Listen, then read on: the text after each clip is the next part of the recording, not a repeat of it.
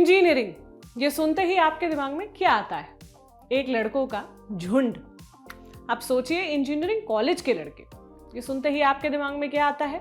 बेतरतीब से लंबे बालों वाले लड़के जो नहाते नहीं हैं, डेस्परेट होते हैं और थोड़े से सोशली ऑकवर्ड होते हैं, है ना? ये मैं नहीं कह रही हूं, ये कुछ स्टीरियोटाइप्स हैं जो पॉपुलर कल्चर में फेमस हैं, क्योंकि फिल्मों में और नॉवेल्स में इन्हें इसी तरह से पोर्ट्रे किया आता जा रहा है। लेकिन इंजीनियरिंग कॉलेज के लड़के, उनके दुख और वो लाइफ इससे कहीं ज्यादा है। कितने ही ऐसे लड़के हैं जो इस मैड रेस का हिस्सा बन जाते हैं और 4 साल बाद सोचते हैं कि यार ये क्यों कर लिया। लड़कियों को देखते ही हरियाली छा गई टाइप के जोक्स तो आपस में क्रैक कर लेते हैं, पर जैसे ही उनसे बात करने की बारी आए तो बड़े ऑकवर्ड हो जाते हैं। कुछ लड़के इंजीनियरिंग में अपनी मर्जी से होते हैं, कुछ जबरन भेजे जाते हैं। इन तमाम दिक्कतों से वो कैसे डील करते हैं?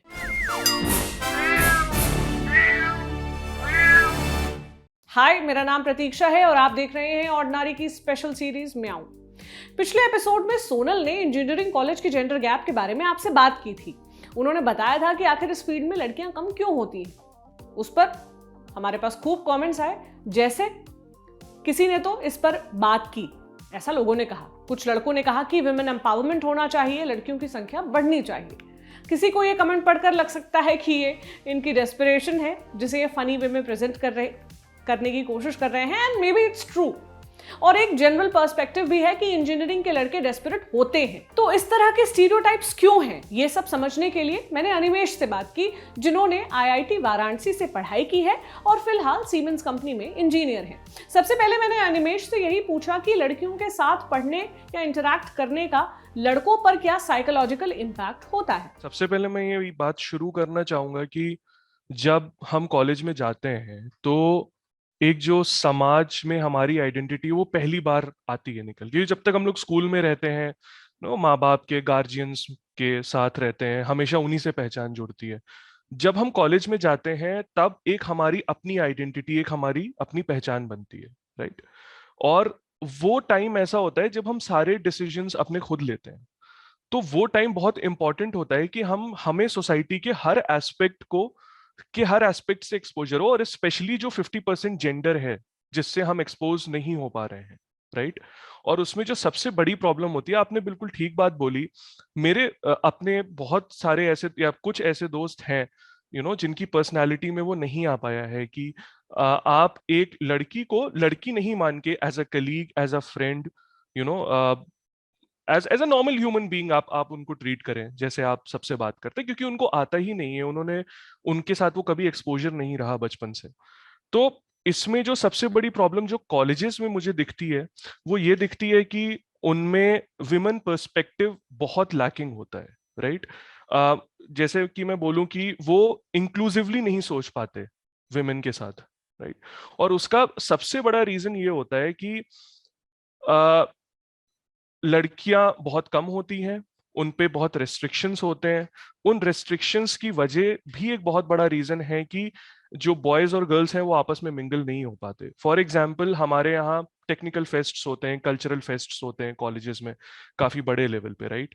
और उसमें ये होता है कि आप सुबह से शाम तक तो क्लास करते हैं, शाम के 5 या 6 बजे तक। उसके बाद आप थोड़ा सा फ्रेश होते हैं, आप अगर कुछ स्पोर्ट्स करते हैं तो वो खेलने जाते हैं, होते होते 7 बज जाता है, राइट। 7 बजे कॉलेज के बाहर लड़कियां, मतलब हॉस्टल के बाहर लड़कियां अलाउड नहीं है। तो अब उसके बाद अगर आपको साथ में मिलके कोई प्रोजेक्ट करना है या आपको किसी कल्चरल फेस्ट की तैयारी करनी है जिसमें आप चाहते हैं कि लड़कियों का पार्टिसिपेशन हो, वो होना बहुत ही इम्पॉसिबल टाइप का हो जाता है, राइट। तो at a point of time जो लड़के लड़कियों से थोड़े खुले हुए भी होते हैं क्योंकि वो कोएड से पढ़े हैं या उनकी बहनें रही हैं, उनको मालूम है, वो लोग भी थोड़ा अवॉइड करने लग जाते हैं कि अब हम कैसे उनके साथ, क्योंकि एक टीम मेंबर नहीं रहेगा तो हम कैसे उनके साथ कोऑर्डिनेट कर पाएंगे। हमने अक्सर सीरीज में, नॉवेल्स में देखा है कि इंजीनियरिंग कॉलेज के लड़के डेस्परेट होते हैं।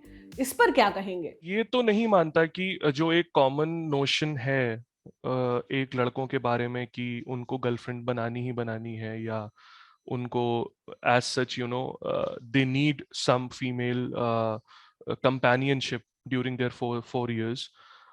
हाँ, लड़के ये एक्सप्रेस करते हैं बेसिकली, और मुझे लगता है दोनों ही जेंडर्स को उस समय हम ऐसी सिचुएशन में होते हैं कि हमें एक ऑपोजिट सेक्स की तरफ एक अट्रैक्शन होता है। लेकिन मैं इसको ये नहीं मानूंगा डेस्परेशन, क्योंकि उस पे जोक्स बनाना, उस पे आपस में अंदर कमेंट करना, ये नहीं है कि वो डेस्परेट है। क्योंकि आप अगर देखो, वो अपने करियर के लिए उतना ही फोकस्ड वे में काम करते हैं, उतनी ही पढ़ाई करते हैं। जिसको नहीं पढ़ना है वो नहीं पढ़ता है, जिसको कोई और बुरी आदत लग गई वो और दूसरी तरफ चला जाता है। मुझे ऐसा नहीं लगता है कि उनका करियर को लेके इस तरीके से इफेक्ट होता है। लेकिन हाँ, मैं ये बात जरूर बोलना चाहूंगा कि कुछ लड़के जिनको बहुत ज्यादा लड़कियों से इंटरेक्ट करने का मन करता है, उनकी साइकोलॉजी पे इफेक्ट पड़ता है। क्योंकि कुछ लड़के जो ये नहीं समझते कि एक लड़के लड़के दोस्त भी हो सकते हैं, आपस में बात कर सकते हैं, वो भी उसको उस तरीके से मजाक के सेंस में लेंगे, और उसको उस तरीके से लेंगे कि ये शायद गर्लफ्रेंड बना रहा है, या इसका कुछ कुछ और मोटिव है। और ये चीज लड़कियों में भी ये देखी जाती है कि अगर उन्हें कोई लड़का अप्रोच करता है बात करने के लिए, तो उनको भी शायद कुछ टाइम पे ये लगता है कि शायद he is meaning something more. मैंने ये भी समझने की कोशिश की कि आखिर इंजीनियरिंग के लड़के कम एक्सप्रेसिव या सोशली ऑकवर्ड क्यों होते हैं। ऐसा देखा गया है कि लड़कों में अगर आप कुछ इमोशनल अपना शेयर करना चाहते हो, लड़के अवॉइड करते हैं कि मेरा मजाक उड़ाया जाएगा, या उसको उस तरीके से नहीं लिया जाएगा। लड़कियों से लड़के ज्यादा कंफर्टेबल होते हैं, क्योंकि उन्हें पता है कि वहां पर उनको कुछ ऐसा एक इमोशनल सपोर्ट मिलेगा, एक अलग थिंकिंग मिलेगी, जो कि जहां पर उनको जज करने की बजाय उनकी बात को और समझा जाएगा। तो वो जो एक पहला साल जो होता है जिसमें एक लड़का आकर एडजस्ट होता है, और सब अलग अलग बैकग्राउंड से आते हैं, तो वो जो एक स्ट्रगल होती है कि आप घर के बाहर हो, आपका इमोशनल सपोर्ट बिल्कुल खत्म हो चुका है, आप एक ऐसी जगह हो जहां पर सभी एट पार हैं, कोई ऐसा नहीं है कि आपसे कुछ कोई कोई नीचे हो या खराब हो। और ऊपर से आप जब अपने सीनियर्स को देखते हो, आप देखते हो ये तो सुपर टैलेंटेड है, कोई गिटार बजा रहा है ना, कोई फाइनेंस या कोई टेक उस मैनेजमेंट में अच्छा है, कोई कुछ कर रहा है, कोई कुछ कर रहा है। आप सोचते हो कि ये मेरे से 1 ही 2 साल तो सीनियर है ना, कोई थिएटर कर रहा है, कोई किताबें लिख रहा है, कोई कविताएं लिख रहा है, तो मैं कैसे यहाँ पर अपने आप को कोप अप कर पाऊंगा, या मैं कैसे अपनी आइडेंटिटी बना पाऊंगा। तो वो एक ये 4 साल बहुत बड़ा प्रेशर रहता है। और अगर आप एकेडमिक्स को नहीं उतना ले पाए जितना बाकी लोग ले पा रहे हैं, ड्यू टू मेनी रीजंस, आपको नहीं समझ में आ रहा कोई पर्टिकुलर सब्जेक्ट, तो फिर वो आगे जाकर एक ऐसे एटीट्यूड में बदल जाता है कि या तो आप ऐसे हो जाओगे कि ठीक है, मेरे बस की बात है नहीं, मैं सब छोड़ रहा हूँ। आपने देखा ही होगा आईआईटीज के कितने लड़के सुसाइड और ये सारी चीजें आपने सुनी होंगी। या दूसरा ये हो जाता है कि वो अपने आप को पूरी तरीके से आइसोलेट करके किसी और ही डायरेक्शन में चले आते हैं, कि वो ड्रॉप कर लेंगे कॉलेज, या फिर वो कुछ नशे में बहुत ज्यादा इन्वॉल्व हो जाएंगे। तो ये बहुत, और वहां पर कोई ऐसी काउंसलिंग नहीं होती कॉलेजेस में, to be very frank, specially government colleges में। ज्यादातर, मुझे अभी का नहीं पता, मैं आपको शायद 11-12 साल पहले की या 15 साल पहले की बात बता रहा हूँ, लेकिन अभी भी इस काउंसलिंग की बहुत ज्यादा जरूरत है कि इमोशनली जो नए बच्चे आ रहे हैं उनको कैसे काउंसिल किया जाए, कैसे लड़के और लड़कियों में इंटरेक्शन बनाया जाए, कैसे हर कोई इंक्लूसिव फील कराया जाए, भले ही वो different background, different caste, different religion, different ethnicity से आ रहा हो, डिफरेंट रीजन से आ रहा हो। आप देखोगे कि साउथ इंडियंस का अपना एक अलग ही ग्रुप बन जाता है जब वो जाते हैं नॉर्थ इंडियन कॉलेजेस में, नॉर्थ इंडियंस का एक अलग ही ग्रुप बन जाता है जब वो किसी साउथ इंडियन कॉलेजेस में आते हैं। मैं ऐसे भी कॉलेजेस जानता हूं, मैं नाम नहीं लूंगा, जहां पर स्टेट वाइज ग्रुप बने हुए हैं। गुजरात के बच्चे सिर्फ गुजरात वालों से 4 साल उन्हीं से इंटरेक्शन करेंगे, तमिलनाडु के तमिलनाडु से, यूपी के यूपी वालों से। तो ये सारे जो बायसेस हैं और ये सारे जो डिस्क्रिमिनेशंस हैं, ये उसी समय सही कर दिए जाए तो अच्छा है, क्योंकि इसके बाद आप सीधे प्रोफेशनल वर्ल्ड में जा रहे हो जहां पर आपको किसी के साथ भी डील करना पड़ सकता है। तो वो ट्रेनिंग अगर आपकी नहीं है, तो या तो आप you will learn it the hard way, और you will never learn it. जब हम फिल्मों में यही सारे स्टीरियोटाइप्स देखते हैं तो हमें बड़े फनी लगते हैं। कोई सीरीज आ जाती है, वेब सीरीज आ जाती है, या यूट्यूब पे कोई इस तरीके का वीडियो आ जाता है जो इंजीनियर्स पे होता है, तो हम काफ़ी हंसते हैं। लेकिन एक कैंपस में इस तरह का पौरुष सिर्फ लड़कियों ही नहीं, लड़कों को भी हार्म करता है। कॉलेज में जेंडर गैप जितना हार्मफुल लड़कियों के लिए है, फ्यूचर में लड़कों के लिए भी उतना ही हार्मफुल होता है। हमने पिछले एपिसोड में आपको बताया था कि आईआईटीज में महज 8 से 9% जो स्टूडेंट्स हैं वो लड़कियां हैं। ये लड़कियां इतनी कम क्यों हैं, इस पर हमने बात की थी, पर क्या आपने कभी सोचा है कि इस जेंडर गैप का फाइनल असर क्या होता है? पहला, कैंपस में लड़कियों के न होने से लड़कों के बीच लड़कियों को जानने, उन्हें समझने की जो क्षमता है वो डेवलप नहीं होती। ऐसा इसलिए और ज्यादा होता है क्योंकि हमारे यहाँ स्कूल के टाइम से ही जेंडर डिवाइड शुरू कर दिया जाता है। कोएड स्कूलों में लड़के लड़कियों को अलग बैठाते हैं, असाइनमेंट्स के लिए अक्सर उन्हें जेंडर के हिसाब से बांट देते हैं। बच्चे ऑपोजिट जेंडर में दोस्ती करें तो माँ बाप समझने लगते हैं कि बच्चे बिगड़ गए हैं। बेटियां हो तो उन्हें गर्ल्स स्कूल में ही पढ़ाने की कोशिश करते हैं। फाइनली कॉलेज में जब युवाओं के पास एक दूसरे को समझने का मौका मिलता है, तब उन्हें कैंपस में भारी जेंडर इनइक्वालिटी मिलती है। इक्के दुक्के लड़कों को छोड़कर बिना फीमेल फ्रेंड्स के पूरी एजुकेशन काट लेते हैं। ऐसे में वो फिजिक्स तो खूब सीख लेते हैं, लेकिन रिश्तों की केमिस्ट्री में कच्चे रह जाते हैं। दूसरा, जब एक माहौल में सिर्फ लड़के होते हैं तो अक्सर वहां पर अब्यूजिव भाषा आम बोलचाल की भाषा का स्थान ले लेती है। गाली गलौज, प्रैक्टिकल जोक्स, प्रैंक्स, अश्लीलता, ये कुछ ऐसी चीजें हैं जिन्हें आप उन्हीं के साथ कर सकते हैं जिनके साथ आप सहज हो। अधिकतर लड़कियां इसके बिल्कुल उलट माहौल से आती हैं और कई बार सहज नहीं होती। कई लड़कियां होती भी हैं लेकिन अधिकतर नहीं होती। भाषा का ये पौरुष लड़कियों और लड़कों के बीच गैप और बढ़ाता है। जाहिर है कि अगर 4 जगह एक लड़कों का ग्रुप बात कर रहा होगा तो एक लड़की उनके बीच जाने से बचेगी, क्योंकि उसे ये पता होगा कि इस कॉन्वर्सेशन में मैं फिट नहीं होंगी, मैं शामिल नहीं महसूस कर पाऊंगी। तीसरा, कैंपस में लड़कियों का ना होना जेंडर सेंसिटिविटी को लगभग खत्म कर देता है, क्योंकि लड़कों को लड़कियों के हिस्से के अनुभव, उनके संघर्ष कभी पता ही नहीं चल पाते। जब ये बड़ा पहलू गायब हो जाता है तो ये मानना भी मुश्किल हो जाता है कि लड़कों के उस बड़े झुंड में कुछ ऐसे लड़के भी होंगे जो इतने लाउड नहीं होंगे, जो थोड़े से सॉफ्ट होंगे, सेंसिटिव होंगे, उनमें से कुछ अधिक इमोशनल होंगे। हमने देखा है कि जब ऐसे लड़के हमें कुछ वेब सीरीज या फिल्मों में दिखते हैं तो अक्सर उनका जो बाकी सारे लड़के हैं वो मजाक उड़ा रहे होते हैं। कुछ लड़के इस ग्रुप में समलैंगिक होंगे।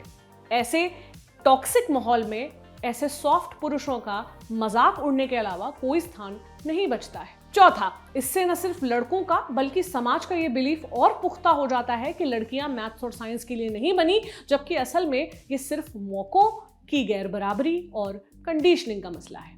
पांचवा, कैंपस में कम लड़कियां मतलब उस फील्ड की नौकरियों में कम लड़कियां और उसी टॉक्सिक मैस्कुलिनिटी का अलग अलग स्तर पर दोहराव होता रहता है। खैर, हम लौटते हैं इंजीनियरिंग के लड़कों पर। इंजीनियरिंग कॉलेज के लड़के सिर्फ वो नहीं होते जो आपको टीवी और नॉवेल्स में दिखते हैं। उनके स्ट्रगल भी केवल नौकरी और लड़की नहीं होते। ये बात समझी हमने अपने साथी आयुष से। बहुत ज़्यादा आज़ादी मिल जाती है ना, तो नई नई चीज़ें सब कुछ ट्राई कर रहे हैं। अब जिसको बहुत ज़्यादा फिल्में देखने से या टीवी देखने से रोका गया है अपने घर में, तो वो पूरा आके एकदम एक्सप्लोड हो जाता है अपने लैपटॉप के सामने, और अनलिमिटेड इंटरनेट और सब कुछ रहता है वहाँ पे। तो अनकंट्रोल्ड तरीके से एकदम देख रहे हैं, कोई शेड्यूल नहीं, कोई वो नहीं, उसी में वही एक लाइफ बन गई।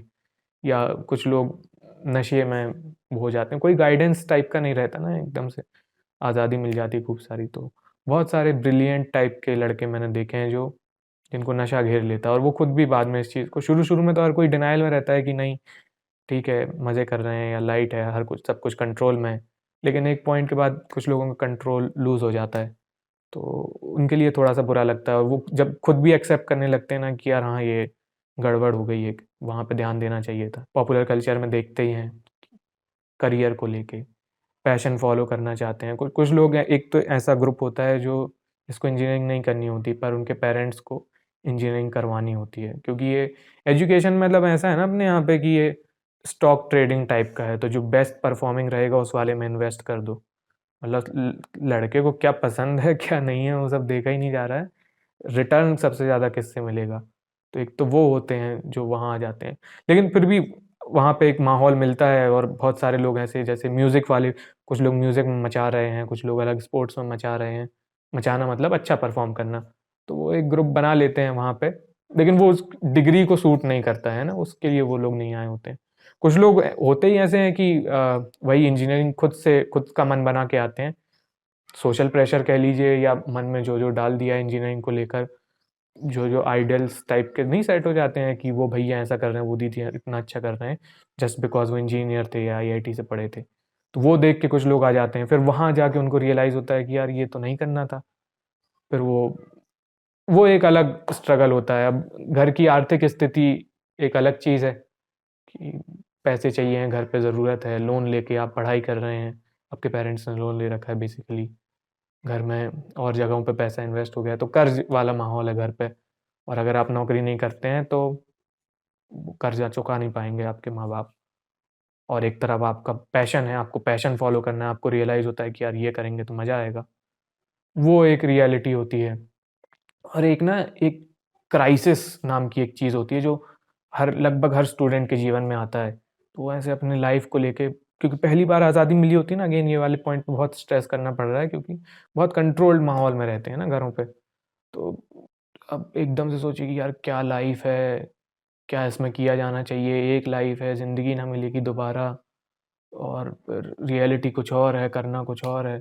उसमें पिसते रहते हैं बहुत सारे लोग। कुछ लोग नहीं नहाते, कुछ लोग नहाते हैं, जैसे मुझे भाई रोज़ नहाना बहुत पसंद था और थोड़ा-सा टाइडी रहना, साफ-सफाई से रहना, तो हर तरह के लोग होते हैं। हम इंजीनियरिंग कॉलेज के लड़कों का कितना भी मजाक उड़ा लें, वो भी खुद पर आपस में कितने ही जोक्स क्रैक कर लें, लेकिन वहां पढ़ने वाले लोगों के स्ट्रगल इन सबसे ज्यादा है।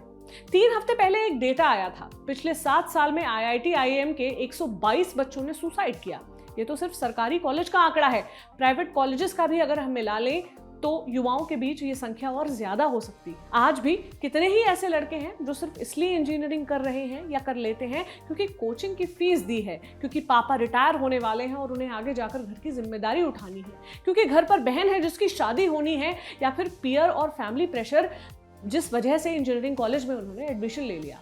वहां जाकर भी मैस्कुलिनिटी के साइकिल में फंसकर खुद को एक्सप्रेस करना नहीं सीख पाते, और इस मैस्कुलिनिटी को लड़के बड़ा एम्ब्रेस करते हुए दिखते हैं। हमें पिछले वीडियो में कमेंट मिले कि इंजीनियरिंग कॉलेज में पढ़ने वाली लड़कियां भी लड़कों जैसी हो जाती हैं, वो मर्द बन जाती हैं, ब्रो कोड का हिस्सा बन जाती हैं। हो सकता है आप ये मजाक में कहते हो और इस बात को लेकर प्राउड फील करते हो, पर जरा ठहर कर सोचिए कि जिस तरह लड़कियां आपकी मैस्कुलिनिटी से सहज हो जाती हैं, क्या आप इसी तरह लड़कियों की फेमिनिटी से सहज हो पाएंगे? अगर कोई लड़का फेमिनिन ग्रुप का हिस्सा हो तो क्या आप उसी तरह एम्ब्रेस कर पाएंगे, फ्लॉन्ट कर पाएंगे, शो ऑफ कर पाएंगे?